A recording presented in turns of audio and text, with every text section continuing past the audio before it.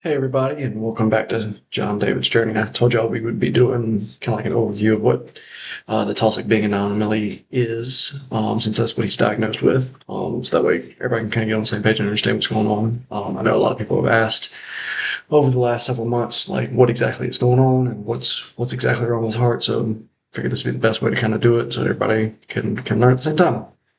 Um, so Taussig Bing Anomaly was actually first done in 1949 by Dr. Taussig and Dr. Bing, which is how he got the name, Johns Hopkins. I'm sure some of y'all, as y'all have seen some photos of Jon David, that you have seen that he's a little bluer. It's actually called cyanosis, where his blood oxygen level is not as high as yours or mine. And so because of that, he's slightly blue, because deoxygenated blood is blue.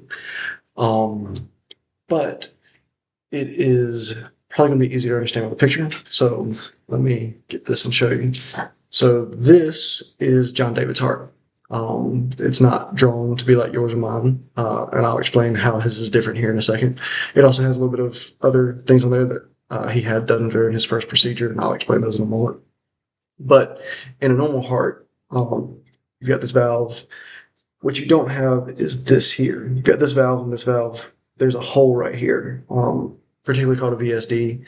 And so this right here is allowing the blood to mix, that is oxygenated blood and deoxygenated blood. And for him, you and I, that wall basically keeps it separate. But for him, that's why his oxygen levels are lower, why he has that cyanosis, because his oxygen levels aren't as high, because the blood is mixing when it's not supposed to.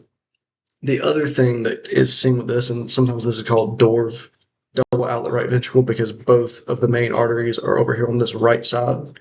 Now, luckily with his, it looks like what they're going to try and do with the second surgery is build this wall back, and so then the blood will be separated. But one of the things that was wrong with his heart to begin with, and we thought was going to lead to multiple surgeries, like more so than what we had planned on, was this right here being his aorta, which is the vessel that takes blood out to your body. And you can see up here how it gets really skinny.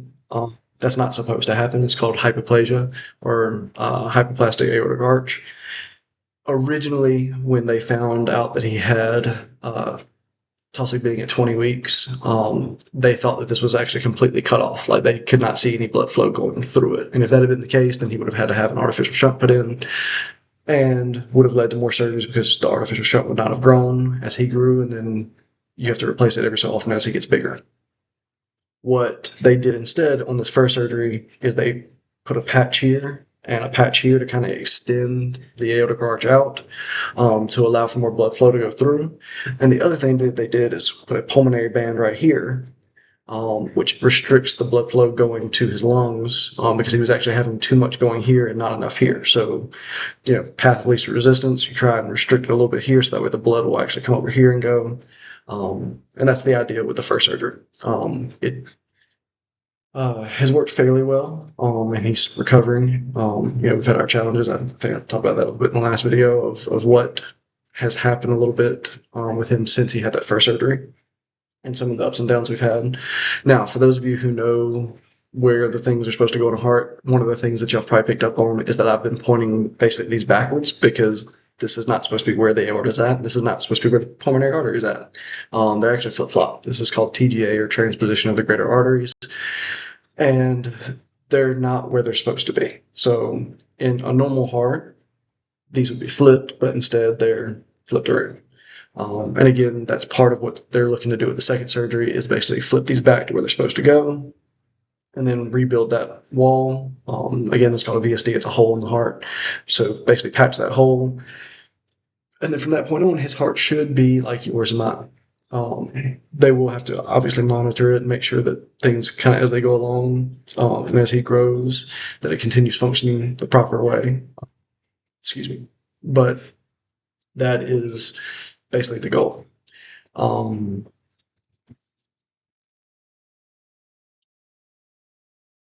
Now, if this seems kind of confusing to everybody, it was confusing to me too. I am not anything medical by trade. I'm a teacher. My wife's a teacher.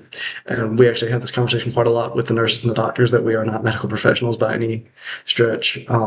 But it does help to kind of get an idea of what's going on. And I know that's something that, again, we've been asked quite a lot, so we wanted to share all that with you. There's, a lot more that goes into all of this. That's pretty much the structure pieces of the heart, the things that we'll talk about it on another video, kind of how they monitor all this stuff, which I'll be back when we get to the hospital room. Right now I'm at Ronald McDonald House, which we are very, very thankful for. If it weren't for them, it would be very difficult to stay up here, especially for this extended amount of time. But when it comes to the heart, I've learned way more over the last month than I ever had wanted to know about it. I knew the general idea, like some of the main pieces. Had no idea about the complexity and the depth of all this. This is all kind of stuff that we've learned between him being in utero and then once he's gotten out. But if y'all have any questions, feel free to put them in the comment section. Again, I think I talked about this in the first video, but if your child or your family member has Taussig Bing, hopefully you find this as a resource to kind of give you an idea of what's going on. I know for Mallory and I, there wasn't a whole lot out there. Again, it's not a super common diagnosis. It's actually pretty rare. And then the other part that I will throw out there as a caveat is Taussig Bing covers a lot of double outlet right ventricle. I think it's kind of the diagnosis that goes on a lot of those, at least to our understanding from talking to the doctors. And one of the things that we've learned being in the PCICU here at Duke is that everybody's heart problem is slightly different. So they're each pretty much tailored individually to that child. And so when the doctors start talking about different types of surgeries, there are different types of surgeries, and sometimes there's 3 or 4 different types for the same problem based on what particular issue might be, different with that child's heart. Again, that's kind of the plan for Jon David's, is basically they've already done step 1, which is repair the aortic arch and put that pulmonary band on. The plan going into the second surgery, which will hopefully be in a couple months, which allows him time to get bigger and be able to tolerate the surgery better than what he did this first time, because he did not tolerate it for well. But they said it's also not uncommon with newborns to not tolerate the surgery well. But the plan, the second one, will be to take the pulmonary band off and to make that switcheroo with the pulmonary artery and the aorta, along with fixing the hole, which is the VSD. So that way the blood can't mix in the heart anymore. But that is pretty much it. Again, if anybody has any questions or comments, feel free to put them below, and hope y'all enjoyed the video.